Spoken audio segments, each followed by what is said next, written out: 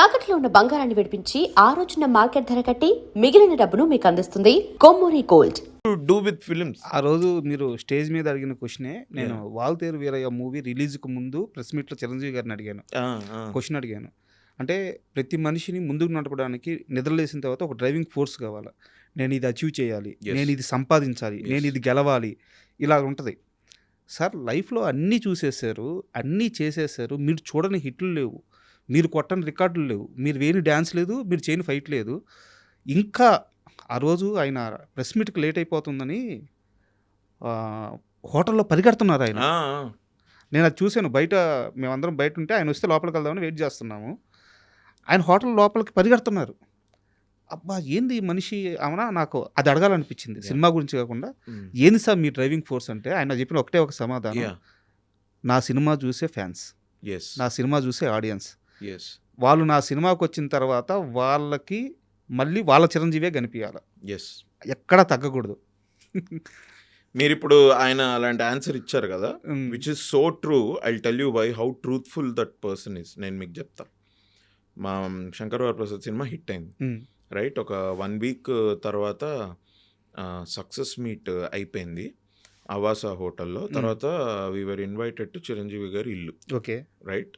ఇది ఒక legendary actor పక్కన ఒక 50 రోజులు చేయడమే ఒక పెద్ద విషయం అనుకుంటే, ఇది బోనస్, ఇది ఇంకో పెద్ద బోనస్. అంటే ఇది ఎక్కడ అంటే ఐ ఫెల్ట్ వెరీ లక్కీ అండి. I have to thank Chiranjeevi garu and Anil అన్న ఫర్, ఎందుకంటే అనిల్ అన్న మెసేజ్ మీ నా ఫోన్ మీద. ఆయన మెసేజ్ వచ్చింది, హాయ్ అభినవ్, నేను అనిల్ రావుపూడిని మాట్లాడుతున్నా, how are you sir. Hello sir, hi, how are you sir, ఇది అంటే ఒకసారి మాట్లాడదామంటే ఎస్ సార్ అని వెంటనే ఇదే సార్ మీ నెంబర్, నేనే కాల్ చేశాను. అవును అభినవ్, ఒకసారి ఇక్కడ ఇట్లా ఆఫీస్లో ఒకసారి రాగలవా, లెట్స్ మీట్. Sure sir. వెళ్ళిపోయాం. వెళ్ళిపోతే సార్ ఇట్లా సినిమా అనుకుంటున్నా నేను, నీకు రోల్ ఉంది, అది ఇది. ఏంటి సార్ ఎవరి సినిమా? ఎందుకంటే నాకు అప్పటికే తెలుసు అనిల్ రావుపూడి గారు ఈజ్ డూయింగ్ విత్ చిరంజీవి గారు. ఏంటి ఏ సినిమా సార్? ఒకసారి ఆయన తోటి కన్ఫర్మేషన్ తీసుకుందాం. ఇంకో షేడ్ బయటకు వచ్చింది, మత్తు షేడ్లో ఇదొక షేడ్. ఏంటి సార్ అది, ఏంటి ఆ సినిమా ఏంటంటే చిరంజీవి గారిదయ్యా ఇది సార్. నిజంగా what are you saying sir? ఓ షెట్ అనుకొని సార్ అంటే, సార్ అప్పటికి ఫస్ట్ హాఫ్ బాగా అయిపోయింది, సెకండ్ హాఫ్ ఆల్మోస్ట్ అయిపోయింది, ఇంకొన్ని ఏవో చేంజెస్ చేశారు. బట్ సార్ నాకు చూచాయిగా స్టోరీ చెప్పారు. Sir great sir, lovely, thank you. అసలు మీరు నన్ను ఎందుకు అనుకుంటున్నారు ఇలా అని. యాక్చువల్గా మన క్వశ్చన్ ఇదే, మన ఎటు వెళ్ళిపోయా, నన్ను ఎందుకు మీరు ఈ సినిమాగా అనుకుంటున్నారు అన్న వరకు అడగాలి అనుకునేది వరకు వెళ్ళి నేను ఆపేసా. ఎందుకు లేరా, ఆయనకు నా మీద ఏమన్నా డౌట్లు తీసి పడుతుంటే మళ్ళీ. ఎందుకంటే చిరంజీవి గారితో నేను ఇప్పుడు మీరు అడిగారు కదా, never even expected to do a film with him, let alone meeting him. I met him. ఆయన ముందు what I thought thank you, amazing. ఇవాళ now I feel like I'm in the industry because I met Chiranjeevi garu. ఇప్పుడు మీరు అన్నారు కదా ఆయన పరిగెట్టుకుంటూ వస్తున్నారు ఇది అని. మాకు సక్సెస్ మీట్ అయిపోయింది, we went to his home, చిన్న సెలబ్రేషన్. తర్వాత కూర్చొని తింటున్నాము. సార్ మన పిఆర్ఓలను పిలిచి he was like, pre release అయిపోయింది, అదే ప్రీ రిలీజ్ అయిపోయి 8 days అయింది, అప్పటికి 8-10 days అయిపోయింది ప్రీ రిలీజ్ అయ్యి. ప్రీ రిలీజ్లో కాదయ్యా బాగానే ఉంది, అందరూ నా గురించి మాట్లాడుతున్నారు, ఇది బాగానే ఉంది, మనము ఆడియన్సెస్ గురించి కూడా ఆలోచించాలి కదా.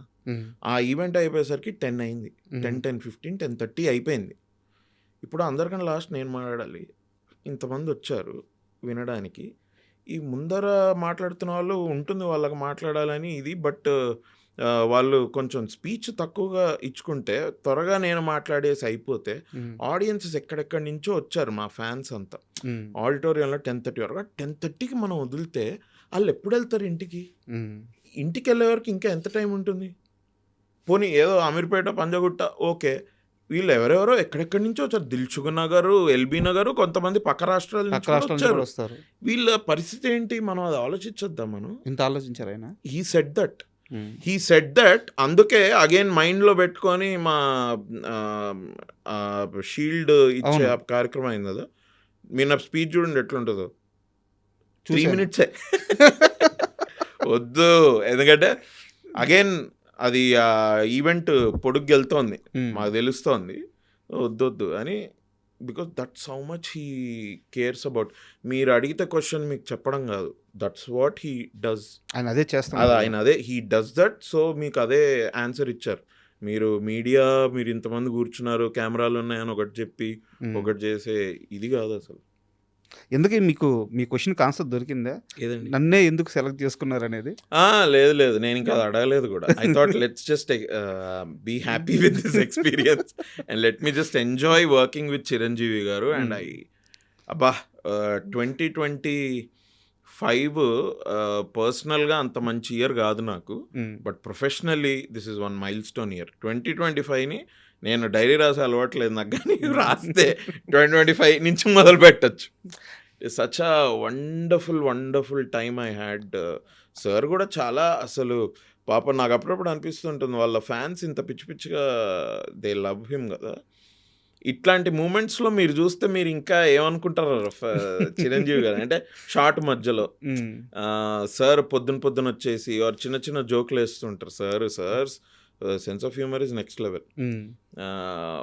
చిన్న జోకులు వేయడం, సార్ మాట్లాడే విధానం ఏదో ఎప్పటి నుంచో తెలుసు అన్నట్టుగా. అంటే ఈ మైట్ అంటే కొద్దిగా వీళ్ళని కంఫర్టబుల్గా కూడా ఉండాలి, వీళ్ళు యాక్ట్ చేస్తున్నారు, వీళ్ళు భయపడిపోకూడదు ఏదో అన్న ఆలోచన కూడా ఉండాలి. చిరంజీవి గారి సెన్స్ ఆఫ్ హ్యూమరు అదే ఆ రోజు షీల్డ్ ఇచ్చే ఫంక్షన్లో మొత్తం ప్రపంచం అంతా చూసింది. మేము చూసాము, అక్కడ లైవ్లో ఉన్న వాళ్ళు చూసారు, ఒక్కరు తప్ప. మీరే లేదు, నేను ఇంటికి వెళ్ళంగానే నేను చూసా. ఎక్కడున్నాడు అభినవ్? ఏం జరిగింది అసలు? అదే ఆ రోజు ఏంటంటే, I had to go to a wedding and మాకు నాకు సార్ స్పీచ్ స్టార్ట్ అయినప్పుడు కూడా నాకు తెలుసు, బికాజ్ నేను టైం 1-10 సార్లు టైం చూసుకుంటా ఉండే. 9:50 9:55 స్టార్ట్ చేశారు. సార్ స్పీచ్ స్టార్ట్ చేసిన తర్వాతే నేను వీళ్ళు ఏంటంటే సార్ బాడీ గార్డ్స్ వాళ్ళు అప్పటికే క్లియర్ చేస్తున్నారు కింద, జరగండి ఇదంటే నేను అనుకున్నా, ఒక టైం అయింది కదా సార్ అప్పుడు అట్లా అన్నారు, ఎక్కువ మాట్లాడరేమో, ఐ థింక్ అయిపోతుంది అనుకుంటా. And I had to go to a wedding. Okay, 9 o'clock ఆ రోజు మాకు ఇంకొక పార్టీ ఉండింది మొత్తం ఫిల్మ్ వాళ్ళతోటి. 9కి మాకు చెప్పింది ఏంటంటే 6:30కి వచ్చేయండి, 8:30 వరకు అయిపోద్ది, 9కి మనం 0:40కి వెళ్ళాలి. అక్కడ మొత్తం అందరు టీం మళ్ళీ కలుస్తున్నాం. 9 ఓకే డన్. నేను అది చూసుకొని అందరికి బాగా చెప్పేసి వెళ్ళిపోదాం అనుకున్నాను. 9:45 9:50కి సార్కి మైక్ వచ్చింది ఫర్ హిమ్ టు టాక్. నాకు అదొకటి నేను ముందే అనుకున్నా ఏంటంటే, ఓకే పార్టీకి నేనే వెళ్ళాను, బట్ దీనికైతే 100% పెళ్ళికి వెళ్ళాలి. పెళ్ళి ఉండింది. అండ్ పెళ్ళి ఏంటంటే ఆ రోజు పెళ్ళి కాదు, నెక్స్ట్ 2-3 days తర్వాత పెళ్ళి ఉండింది. My parents had to go to, మా బ్రదర్ ఈజ్ ఇన్ కెనడాలో ఉంటాడు, వాడు ఇప్పుడు ఇక్కడ ఉన్నాడు, వెడ్డింగ్కే వచ్చాడు, వాళ్ళ missus brother wedding. Okay, so usually నేను వెడ్డింగ్స్కి ఎక్కువ వెళ్ళే రకం కాదు. మా కజిన్స్ అనుకునేదేనో, నా వైపు కజిన్స్, ఇది మా సిస్టర్ ఇన్ లా వాళ్ళ ఫ్యామిలీ కదా, కొంచెం I thought okay no I had to go because sister in law's father also likes me a lot and they are Punjabis basic గా. అలా హాస్పిటాలిటీ అది నెక్స్ట్ లెవెల్. వాళ్ళు అట్లా రాకపోతే వాళ్ళు ఫీల్ అయిపోతారు కూడా. ఇవన్నీ నేనేంటంటే, మా parents they had to go to their home next day మార్నింగ్కి ఏదో ప్రిపరేషన్. సో మా మమ్మీ ఏవో ఇవ్వడానికి వెళ్ళాలి. And they pack their bags. వీళ్ళంతా అలంకృత రిసార్ట్కి వెళ్తున్నారు night time or next day వెళ్ళాలి. మా అమ్మ వాళ్ళు అక్కడే ఉండి పొద్దున వీళ్ళతో పాటు వెళ్ళిపోదామని. మా బ్రదర్ ఈవినింగే వెళ్ళిపోయాడు. నేను అన్న, అమ్మాయి ఏంటి సరే నేను వస్తా కదా, ఇది 8:30కి అయిపోద్ది, మ్యాక్సిమం 9-9:15కి ఇంట్లో ఉంటానే, సో నేను తీసుకెళ్ళిపోతా, ఐ విల్ డ్రాప్ యూ చేసి ఒకసారి హలో హాయ్ అంకుల్కి మనోడికి కూడా హలో హాయ్ చెప్పేసి నేను వచ్చేస్తా, తర్వాత మళ్ళీ వెడ్డింగ్కి రేపు వస్తాయి. ఓకే, 9:45 9:50 అయిపోతుంది. అండ్ మా అమ్మ నాకు అప్పటికే ఒక 2-3 సార్లు మెసేజ్ చేసింది, ఏం చేద్దాంరా ఏంట్రా అని. సరేలే అని నేను అప్పటికి ప్రొడ్యూసర్ గారికి చెప్పి, మన శరణ్య అనుకుంటా గోల్డ్ బాక్స్, ఆవిడకి చెప్పి ఏమనుకోద్దు ఒకసారి చెప్పి అని డైరెక్టర్ గారు నాకు కూడా నమస్తే పెట్టేసి I left. I think sir అప్పుడు వెన్ హీ వాస్ టాకింగ్, ఇంకా ఆబ్వియస్లీ అభినయుడి లేదు అయిపోయి బాస్ వేసేసారు.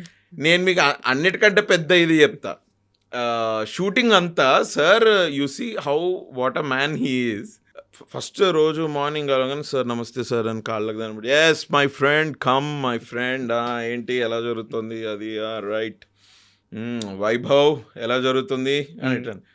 నేను ఒక రోజు సార్ నా పేరు అంటే సుష్మిత గారు కూడా ఉన్నారు. సుష్మిత గారు వైభవ్ అట, అయ్యో వైభవ్ అట చూడు. నేను సార్ నా పేరు వైభవ్ కదా సార్, అభినవా, ఓకే ఓకే, ఏమయ్యా కొంచెం ఏజ్కి ఇది ఇవ్వండి అయ్యా, ఏంటి పేరు మర్చిపోతే ఏమైంది ఇప్పుడు అది అన్నట్టు కొద్దిగా నార్మల్గా అలా వెరీ కూల్గా సార్ మాట్లాడతారు. ఓకేలే సార్, నో ప్రాబ్లం. నేను నా పేరు మీ నోట వింటే చాలా హ్యాపీగా ఉంటుందని చెప్పుకోవడం, కానీ మీరు ఏ పేరు పెడితే నా పేరు అదే, I have no problem. Shooting అప్పుడంతా వైభవ్ అని పిలిచారు. ప్రీ రిలీజ్లో when he was talking about me he said Abhinav. Correct. చూసారా మీరు?